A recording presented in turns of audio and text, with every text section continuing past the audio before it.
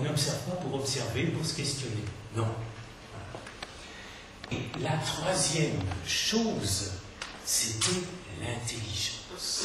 L'intelligence dans tout ça. Alors là, l'héritage que nous avons. Je peux en parler. On peut dire des choses affreuses ici. On va dire tout bas, parce que c'est pas digne d'un enseignant.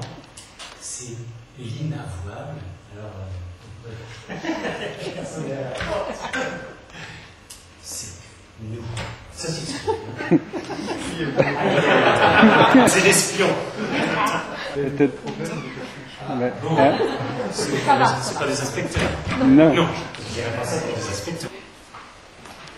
L'inavouable, mais ça s'explique, hein, c'est que nous, les vieux Européens, c'est qu'on pense quelque part, même si on ne se le dit pas. Vous savez qu'on a un inconscient collectif, hein, un héritage de tout ce qui est, de tous nos ancêtres.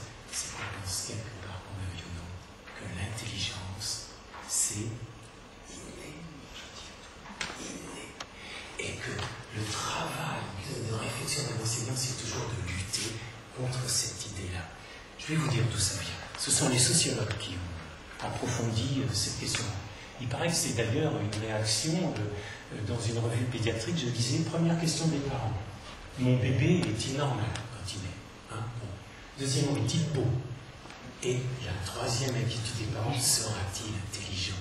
Comme si tout était déjà inscrit en nous.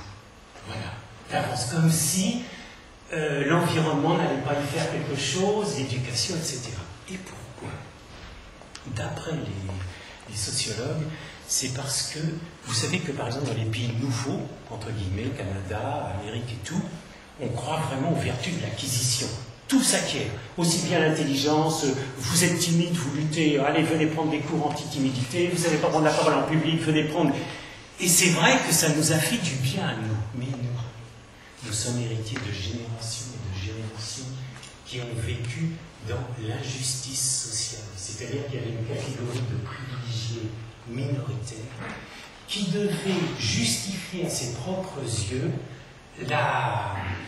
je dirais, leur supériorité sur les autres qui étaient inintelligentes, tandis qu'ils avaient toutes les vertus, et c'était bien sûr la volonté divine. Vous avez de magnifiques passages là-dessus. Méfiez-vous quand vous donnez des lectures à vos enfants, vous ne savez pas. La comtesse de Ségur. Effroyable. Effroyable. Et dire qu'on donne ça dans la bibliothèque rose aux enfants comme ça, c'est effroyable. Mais si les parents sont un peu derrière pour rectifier le tir, ça peut être très intéressant. Voilà.